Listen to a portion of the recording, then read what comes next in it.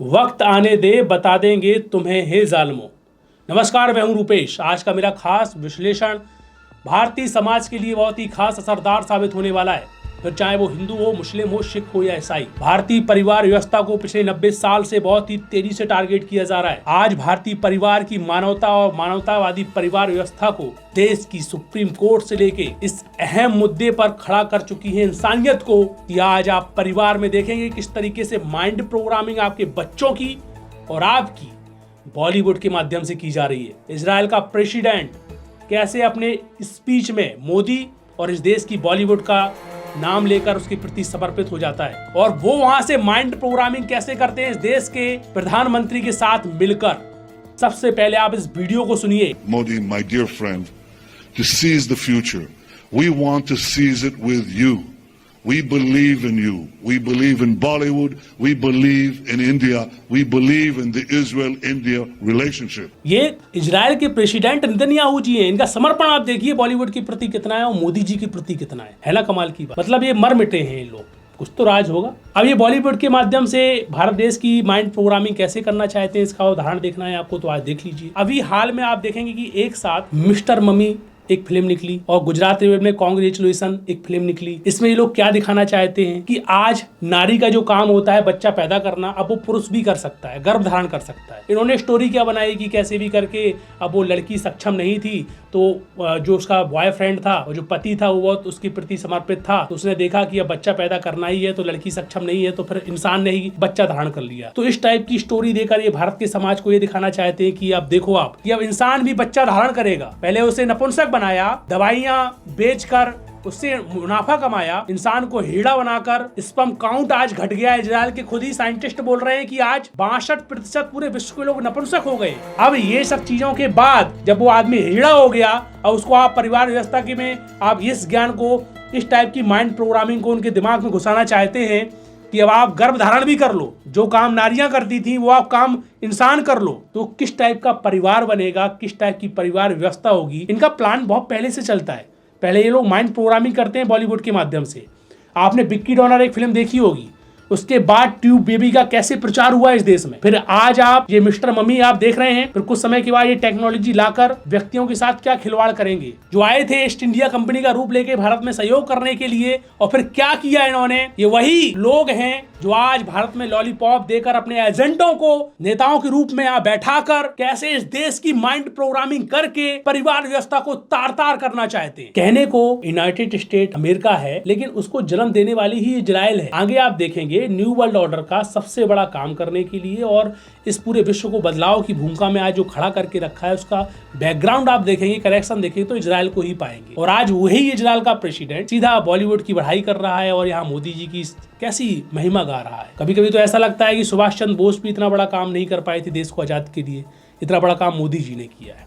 वैसे आप निश्चिंत रहें, दो प्रकार से कुछ देशभक्ति होती है। या तो स्वाभिमान में खड़े उतरकर इस देश की जनता का हित करते हुए आप देशभक्ति करेंगे लाल बहादुर शास्त्री की तरह, तो वो ओरिजिनल देशभक्ति कहलाई जाएगी। ना तो सीधा गलत समझ लीजिए, बाप दादा जो बोला समझाया करते कि नेता किसी का नहीं होता है, वो अपनी माँ बहन बेटी सबको चौराहे में खड़ा करके नीलाम करके भी अपनी कुर्सी तक पहुंचने की कैपेसिटी रखता है। इसी तरह इस देश के नेताओं को अगर उठाकर वो लोग अपना कृपा पात्र बनाकर इस देश में काम करवाएं तो ये कोई आश्चर्य नहीं, इसको कोई देशभक्ति नहीं बोली जाती है।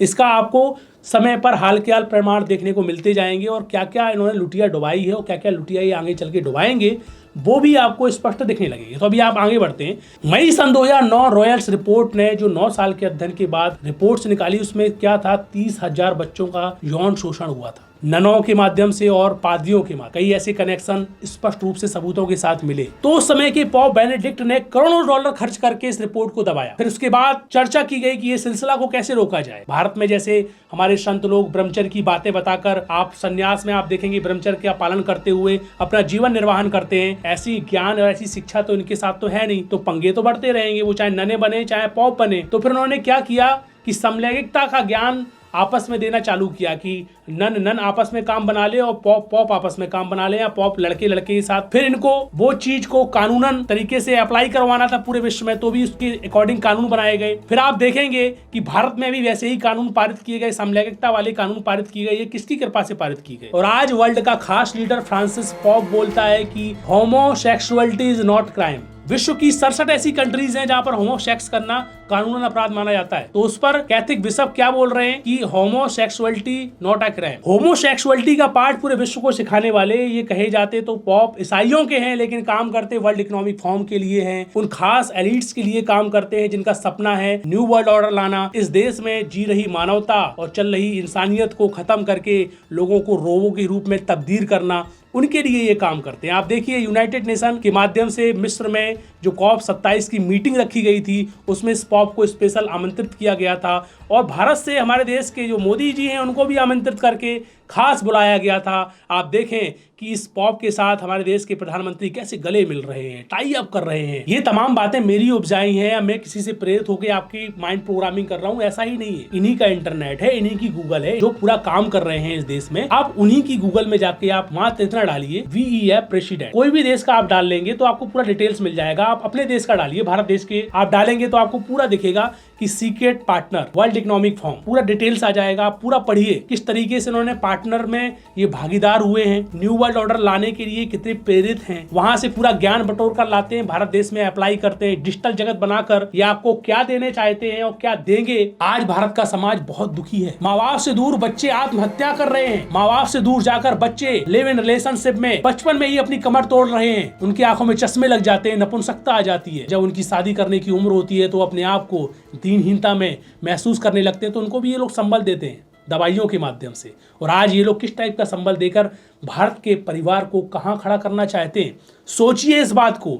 ये सोचना मात्र हिंदुओं के लिए ही नहीं है, ये नुकसान आपके साथ हो रहा है, भारतीय समाज के साथ हो रहा है। उस समाज में चाहे वो हिंदू हो, मुस्लिम हो, सिख हो या ईसाई, लोग मेरे को बोलते हैं कि आप तथ्यात्मक बातें तो करते हैं लेकिन एक ही दिशा में चले जाते हैं। आप संत आसाराम जी बापू का फेवर लेते हैं और आप संत आसाराम जी बापू की बात से ऊपर ही नहीं उठ पाते। यहाँ पर सबसे बड़ा सवाल है कि फेवर क्यों न लिया जाए। इस देश में परिवार व्यवस्था जो तोड़ रही है नीतियां, उनको संबल देने का काम अगर कोई कर रहा है, संत आसाराम जी बापू ने किया। 14 फरवरी नजदीक आ रही है। इसी परिवार व्यवस्था को जोड़ने के लिए कभी भी कोई बुजुर्ग आपको ये सलाह नहीं देगा कि तुम बच्चा धारण कर लो, पुरुष बच्चा धारण कर ले। कोई बुजुर्ग आपको ये सलाह नहीं देगा कि बेटा लिव इन रिलेशनशिप में जाकर बचपन में अपना काला मुंह करके कमजोरी के शिकार बन जाओ, अपना मुंह छिपाते हुए रोग से ग्रसित होकर अपना जीवन यापन करो। ये कोई आपको वृद्ध नहीं बोलेगा। इसीलिए इस परिवार व्यवस्था को जोड़ने के लिए संत आसाराम जी बापू ने वैलेंटाइन डे जैसे अश्लील दिवस को रोका और भारत में क्या बोला कि मातृ पितृ पूजन दिवस करो। जब पुत्र अपने माता पिता का आदर करेगा और वो माता पिता अपने पुत्र को आशीर्वाद देंगे तो परिवार व्यवस्था जुड़ेगी। जो ये अश्लील कृत और आदमी को जीता जागता रोबो बनाना चाहते हैं वो खत्म हो जाएगा। इसलिए संत आसाराम जी बापू ये काम करते गए। जब वो बाहर थे तो बड़े पैमाने में लाखों लोगों के साथ एक साथ मातृ पितृ पूजन दिवस का आह्वान होता था और लोग मनाते थे। चाहे वो मुस्लिम हो, सिख हो या ईसाई हो, ये सारे लोगों के साथ जो अत्याचार किया जा रहा है। मैं ईसाइयों की बात ही बोल दूं कि आप वैलेंटाइन डे को मानते हैं ना, तो ये आपके साथ ही बहुत बड़ा खेल हो रहा है। जो आपकी कमर तोड़कर जो आपका पॉप जिसे बनाया गया है, नाम तो रखा है मात्र ईसाइयों का पॉप, लेकिन काम करता उन यहूदियों के लिए है जो इस पूरे विश्व को अपना हथकंडा बनाना चाहते। जरा सोचिए, जो ईसाई लोग हैं, क्या उनके साथ परिवार व्यवस्था के साथ जो खिलवाड़ हो रहा है, क्या ये खिलवाड़ हिंदू के साथ अकेला होगा, आपके साथ नहीं होगा? ईसाइयत में जीने वाली एक माँ चाहती है कि मेरा बेटा मेरी आंखों के सामने ऐसा दीनहीन न बने। तो ये जो पॉप है, इस टाइप की शिक्षा देकर यहूदियों के हथकंडे बनकर, वर्ल्ड इकोनॉमिक फोरम के मेंबर बनकर किसका भला करेंगे? तो जो बातें करते हैं संत आसाराम जी बापू के विषय में ईसाइयत कि ये हमारा काम नहीं है, अरे संत सबके लिए होते हैं, यहाँ पर वो चीज प्रमाणित होती है। तो मुसलमान अपना एक माइंड सेटअप उठा के देख ले कि संत किसके लिए होते हैं, मात्र हिंदुओं के लिए नहीं होते, सबके लिए होते। ईसाई अपना माइंड सेटअप उठा के देख ले कि उसका जब परिवार व्यवस्था तोड़ी जा रही है, उसके परिवार में अत्याचार किया जा रहा है, तो इस देश में कौन उसे बचा रहा है? पिछले 15 साल से संत आसाराम जी बापू संघर्ष करते हुए जेल में चले गए। तो सोचो कि जो लोग इतना बड़ा फंड बॉलीवुड में डालकर इस टाइप की फिल्मों के माध्यम से माइंड प्रोग्रामिंग कर रही हैं, तो सोचो उन्होंने ऐसे स्वाभिमानी संत को खत्म करने के लिए क्या नहीं किया होगा। संत आसाराम जी बापू की होल्डिंग्स जो लगी हुई थी मातृ पितृ पूजन दिवस की, वो जयपुर में निकाली गई। वो क्या संत आसाराम जी बापू उन होल्डिंगों को लगाकर क्या संदेश दे रहे हैं, कभी आपने सोचा? एक परिवार को जोड़ने का संदेश दे रहे हैं। और इस देश में सेवा के नाम पर काम कर रही सरकारें क्या कर रही हैं? क्यों फिर इनकी होल्डिंग नहीं उतरती है? मिस्टर मम्मी जैसे जो ये अश्लील कृत्य लोगों के माइंड सेटअप में डालना चाहते हैं, आपके बच्चों की सेटअप में डालना चाहते हैं, उनकी होल्डिंग क्यों किसी को उतारने की ताकत नहीं आई? तो संत सबके होते हैं, संत सबके होते हैं। संत आसाराम जी बापू ने सबका हित रखते हुए ये दिवस निकाला, तभी आज बहुत सारे ईसाई लोग चर्च में भी मातृ पितृ पूजन दिवस संत आसाराम जी बापू का मनाते हैं। तो दोस्तों, आज का विश्लेषण भारतीय समाज को समर्पित है। जिन्होंने तुम्हारे अंदर माइंड सेटअप किया है वो लोग आज से नहीं, वो पहले से काम कर रहे हैं। भगत सिंह आंखों से आंसू बहाया करते थे रात में एकांत में बैठकर कि मेरी भावनाओं को समझने वाले लोग क्यों नहीं हैं। महात्मा गांधी की भावनाओं को तो लोग समझ जाते हैं, लेकिन मेरी भावनाओं को समझने वाले क्यों नहीं हैं। तभी उनको समाज तक सच्चाई रखने के लिए चोरी चोरी पंपलेट जगह जगह लगाना पड़ते थे। ऐसे ही आज जो संत आसाराम जी बापू को दुष्कर्मी मानते हैं, कभी अपना दिमाग का लेवल आप चेक कर लीजिए कि आप किस कतार में खड़े हुए हैं। आप नेताओं की अंधभक्ति करो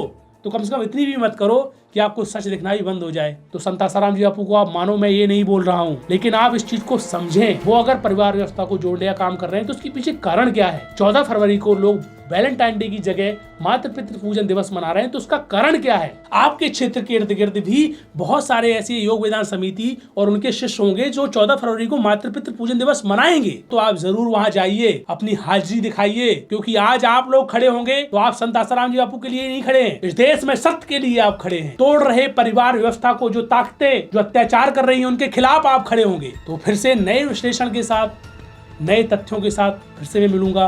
अब हमें दीजिए इजाजत। नमस्कार।